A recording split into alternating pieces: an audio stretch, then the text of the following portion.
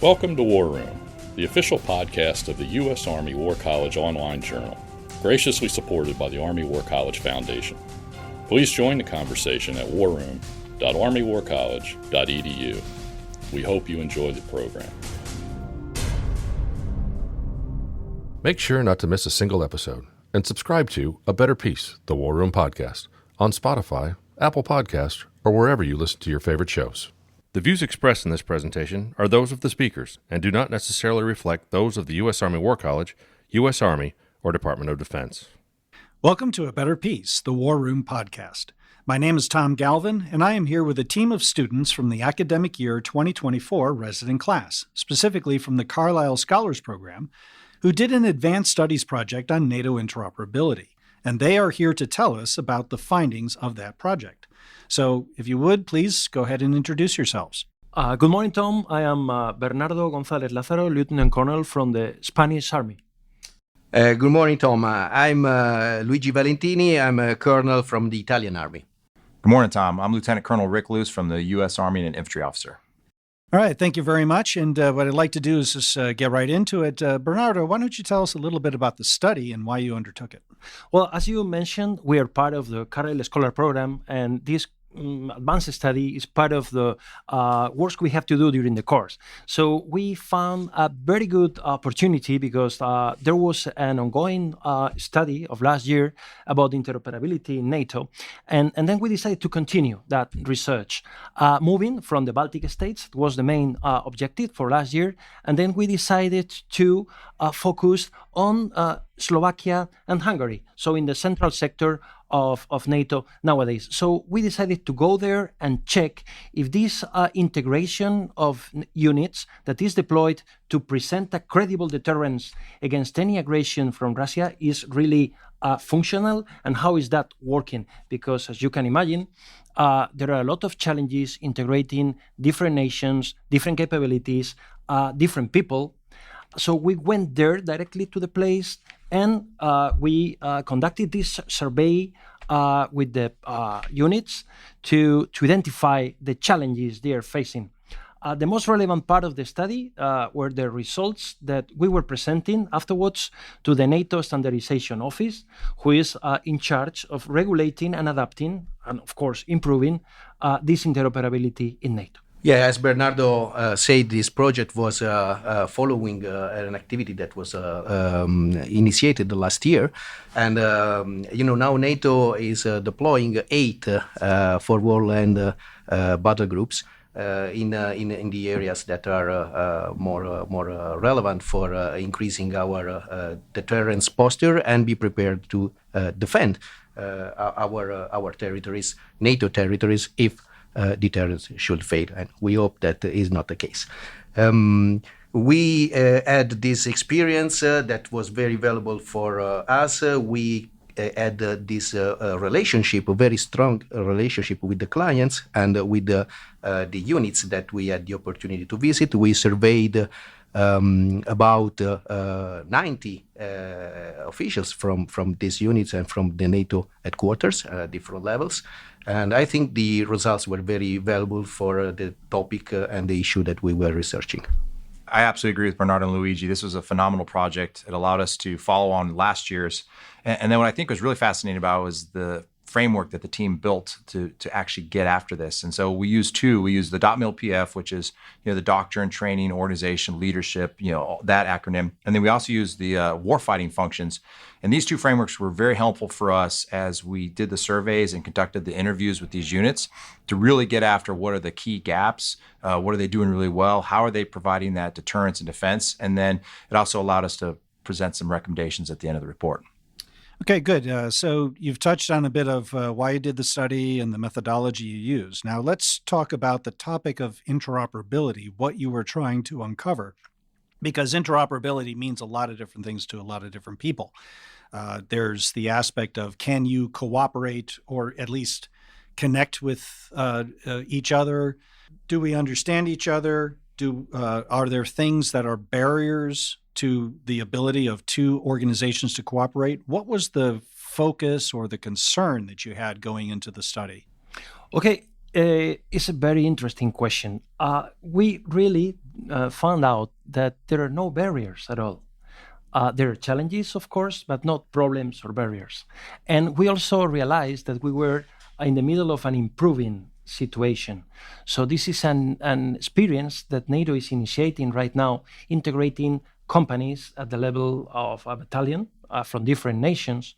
Of course, all of us as professionals can understand that this is a real challenge. But they are moving forward. They are solving all the issues they have. You know that interoperability is formed by three different areas. The human interoperability, that is connecting, talking, integrating the people.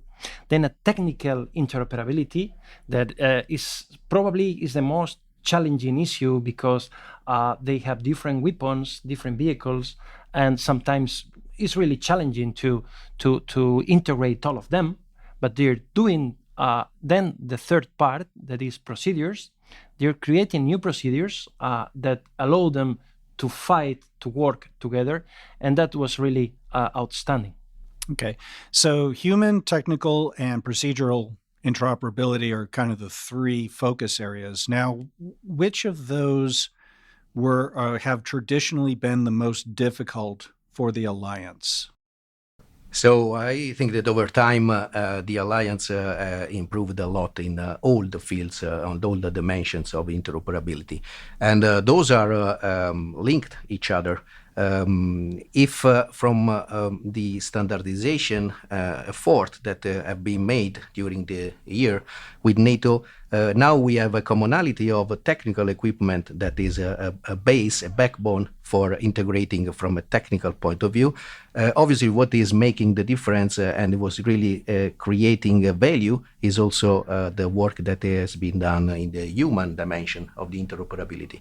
And we observe this, that despite the technological differences that still remains and still creates some challenges, but those technical issues creates challenges also into our single nation when we are going to work jointly with the other services and in the interagency field.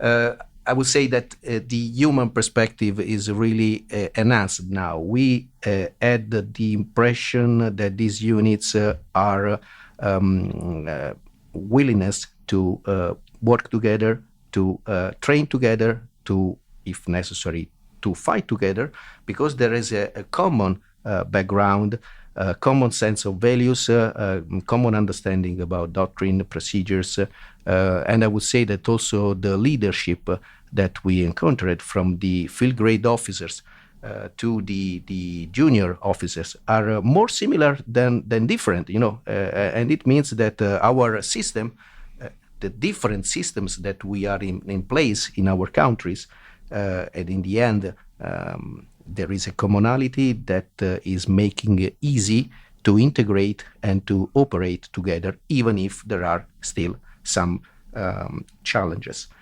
Another point is about the procedures.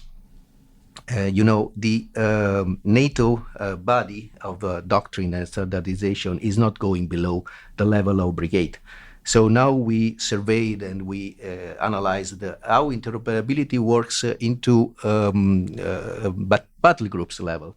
And so there is really the need of finding common procedures that are local solutions and are implemented to overcome sometimes local issues. And this flexibility is also a strength that we understood very clearly.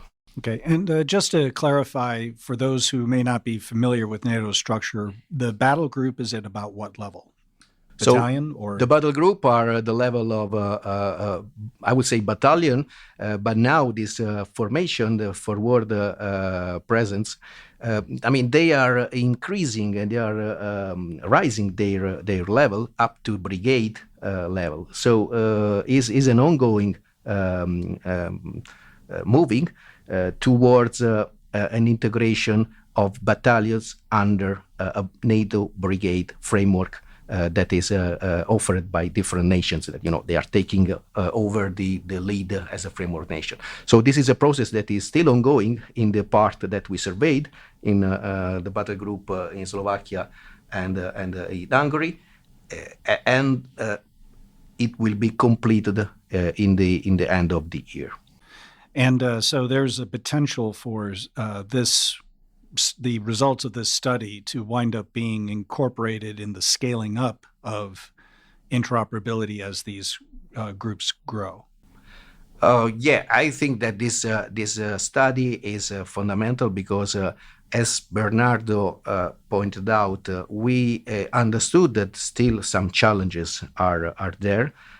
We understood that this implementation and increasing in the level of the brigade headquarters, so the integration of battalion instead of integration of companies or sometimes platoons into a multinational formation, can speed up and can resolve most of the challenges that now this formation are having.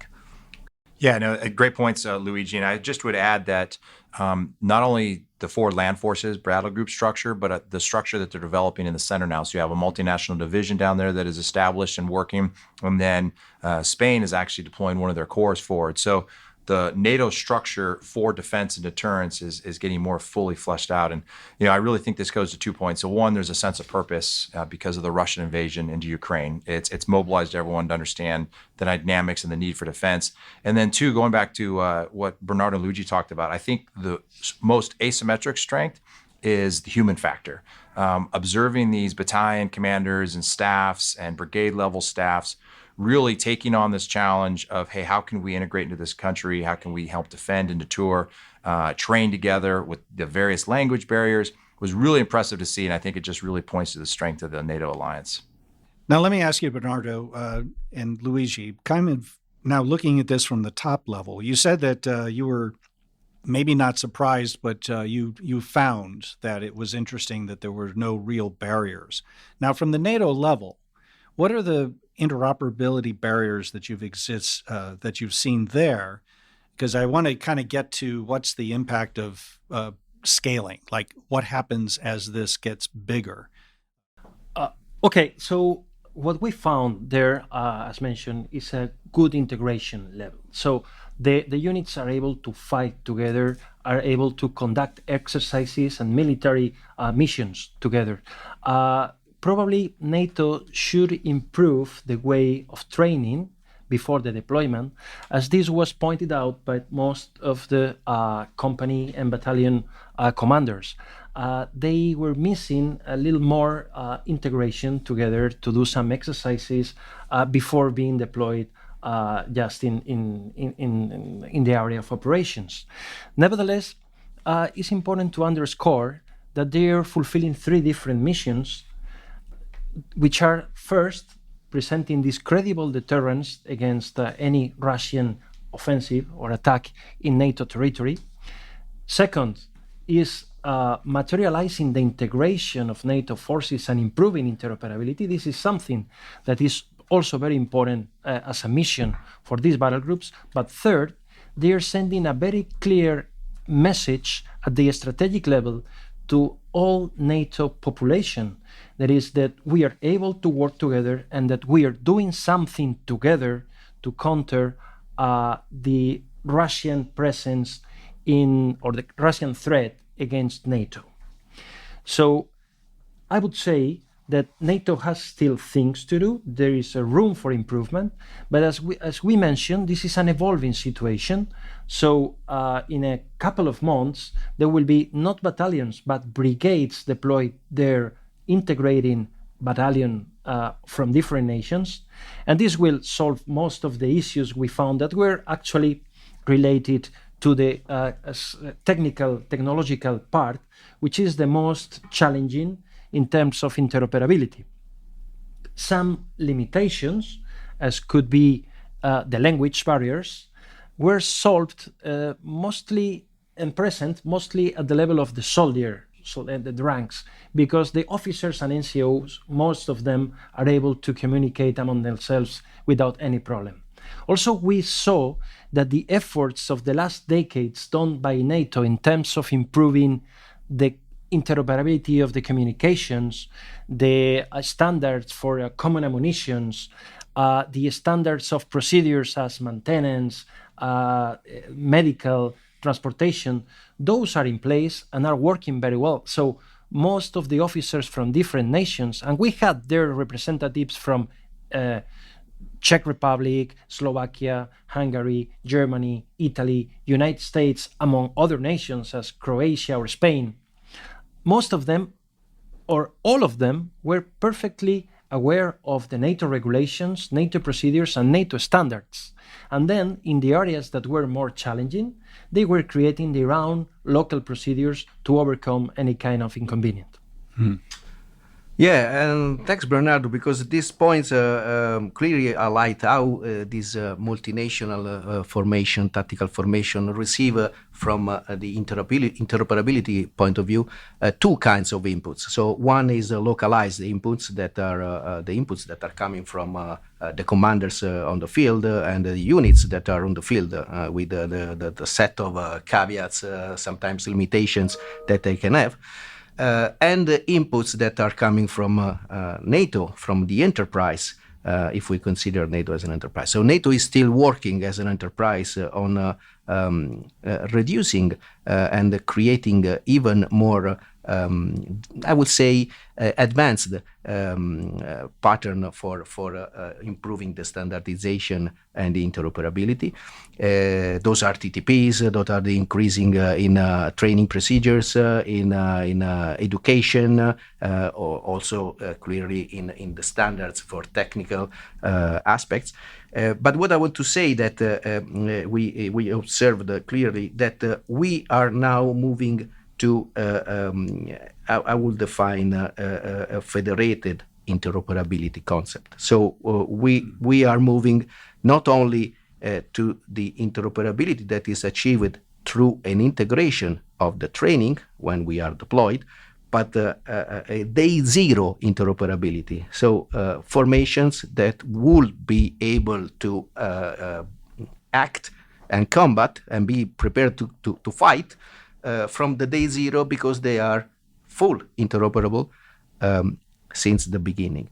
And so we, NATO especially, is working on command and control systems, is working on the increasing of the digital backbone that is required for this kind of improvement.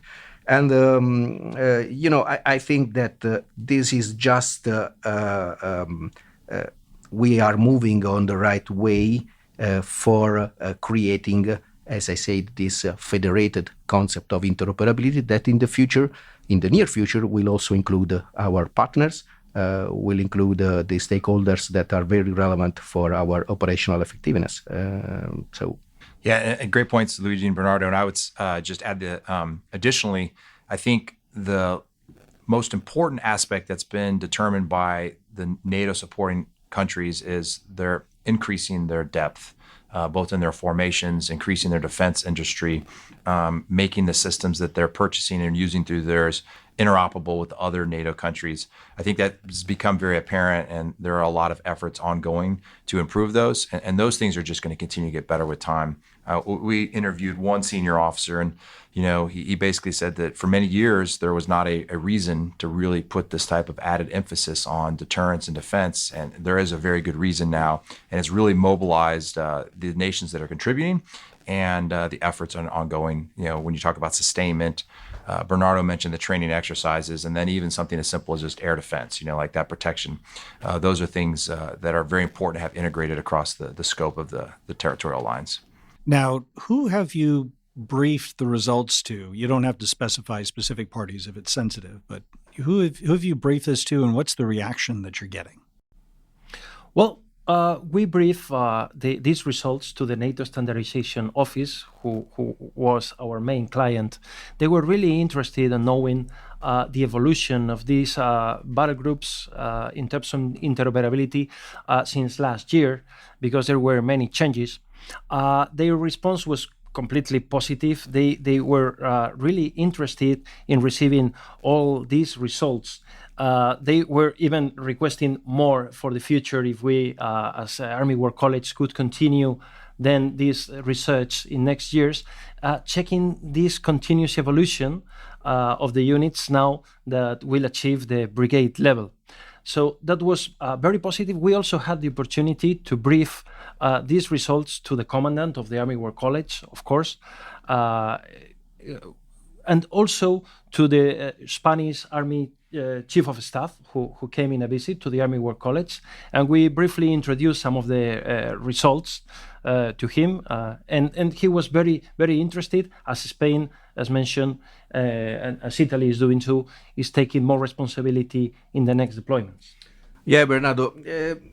We had this presentation to the client, to the NATO Standardization Office, that, as we say, this is the representative for the enterprise inputs in this field. But I also want to stress that this kind of research and this kind of work is very helpful for our nation, for our armies, for our services, because when we come back, we can share with our services what is the real and, I would say, unbiased opinion about something that is ongoing, that is requiring investments from our countries, and is involving our soldiers, our people, and our commitment. So the value of this job is not only about fulfilling a research requirement or something like that, but it's an enduring value that we can use for improving our effectiveness. I absolutely concur with both those comments. And what we really are looking at is just the understanding of what's important. And when we talk about the interoperability barriers that we want to overcome, I think a lot of it goes back to a more comprehensive approach. Yeah, for example, when you talk about training, all the host nations do significant training before they deploy forward. But one of our recommendations is that it would be very beneficial if there was a central training center that NATO already has, where the units came and trained together prior to going in. That'd be something that would obviously advance their integration at a much higher level initially on very quickly. But those are the type of things that we can work on through the procedurals, and then just the nations understanding the importance of what the tasks that are being set upon. In your responses, I've heard a lot that sort of lends itself to the technical and the procedural. How about the human? Because when we talk about scaling up to larger and larger forces or more and more nations, are there barriers on the human side that perhaps this study didn't necessarily illuminate that you anticipate would be something that would have to be addressed? Well, in the last years, English as a language has become the main language with the French in NATO. And it's easy to understand that when we arrive in the area of operations, as most of the soldiers, military police, the officers, the NCOs were able to communicate among themselves in English. Of course, it's not so common among the soldiers, the lowest levels, but they're doing a great effort in training. They have language courses to overcome this barrier. And I think that, especially in some cases, as in radio communications, we could see that all of the operators were able to communicate perfectly in English, and that didn't represent any kind of problem. So clearly, this is something that has been an investment, a very positive investment of NATO and of the nations during the last years. Yeah, the human interoperability is, I would say, a multiplier, a force multiplier for interoperability is the key. And we can say that from one part, as Bernardo said, we observed that most of the officers of the NCOs are trained, are able to communicate in the English that is required for fulfilling the mission. But what is interesting is to observe how the cohesion of this multinational unit was even greater. So this is something that is going farther and beyond the ability to being understandable and being able to communicate each other, but is really the sharing of some feelings, some willingness, and some intent and commitment to working together. It was impressive how, for example, the commander of the battle group that is obviously a lieutenant colonel of a nation in this case, but was very able to find the maximum support and maximum understanding from the company commanders from a very different nation, from the platoon leaders that are there as specialized enablers. And as we said, because challenges exist, the human dimension is the way, the human dimension, the ability to to understand what kind of issues every nation obviously can have, is making the difference. I will also add that we have some caveats and some limitations that are given by the nation. Even in this field, the human dimension is making the difference, because the ability to understand how to turn these limitations into opportunities for achieving our mission is something that is very, very critical. And I'd like to reinforce what Luigi just said. We saw that there is a clear and deliberate action of the commanders. The leadership is really acting to promote this human interoperability that at the end of the day is based on trust, confidence, and know your mates, your comrade. And this is what they're building there, not only during the meetings they conduct in the daily activities, but also in leisure activities. They're doing sport activities together. They're combining different leisure activities and meeting, and even in their short free time, they're having barbecues together to achieve this knowledge that is important. Because, as mentioned, trust and confidence is essential. I think that they're doing a great job in this sense. What do you think, Rick? I would have to agree with both of you. The ability for these different nations, and we're talking 10 different nations, to share their different cultural differences, their different training backgrounds, and really embrace being in this environment. For example, both of the battle groups we interviewed, right when they get there in the beginning, regardless of what the unit's rotation is, the commanders ensure that everyone sits down, the company commander staff, and they do a capability demonstration. So really, each one lays out what their capabilities are, what their strengths are, where they might have, say one unit doesn't have as much sustainment, but another unit does, or fires. And just that type of maturity to understand that working together is going to be more effective, and the building off of the common standard operating procedures, and then ensuring that their tactics, techniques, and procedures match to make them more lethal. And then I would say the other piece of this, and this is where it really gets integrated, is they just don't talk about it. Then they go out and train it, and they train a lot, and they're really making improvements in their ability to shoot, move, and communicate. So key things. So what else have we not covered in terms of the findings, and what are your main takeaways from the study? So another point that was very interesting that we observed, that they are taking advantage of what is happening in the Russian-Ukraine conflict. So even if there is the process of lesson learned that is in place, sometimes can be very I don't want to say long. But this process can take the time that is necessary to validate all the outcomes from a procedural point of view. But they are trying to have a training that is taking into account the new reality and the new character of war that emerged from the Russian-Ukraine conflict. So they are really having an increasing experience in the field. They are improving their capacity and their ability, testing also some procedures, some actions that are related, I would say, with the masking, with the deception, with the coverage that is given from the aerial observation, TTPs for UAVs, counter UAVs. So many new things that they are putting into the system live. I would even say that some of the problems that we could see there, and I don't like to refer to them as problems, but challenges, because we think that the solution would be, in some cases, immediate if we really have to increase the level of action of these units. Would be related to the logistics, for instance. Class 1, that is, the food is not a problem at all.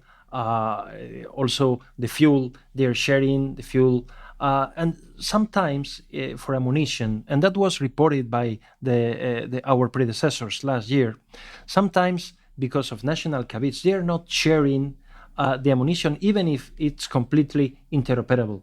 So we realized that sometimes this could be improved. The nations should open this possibility, for instance, to share just bullets that are the same caliber, are completely interoperable, and they're putting some limitations, probably because for training it's not necessary to share, and the amount that they're using is not really relevant.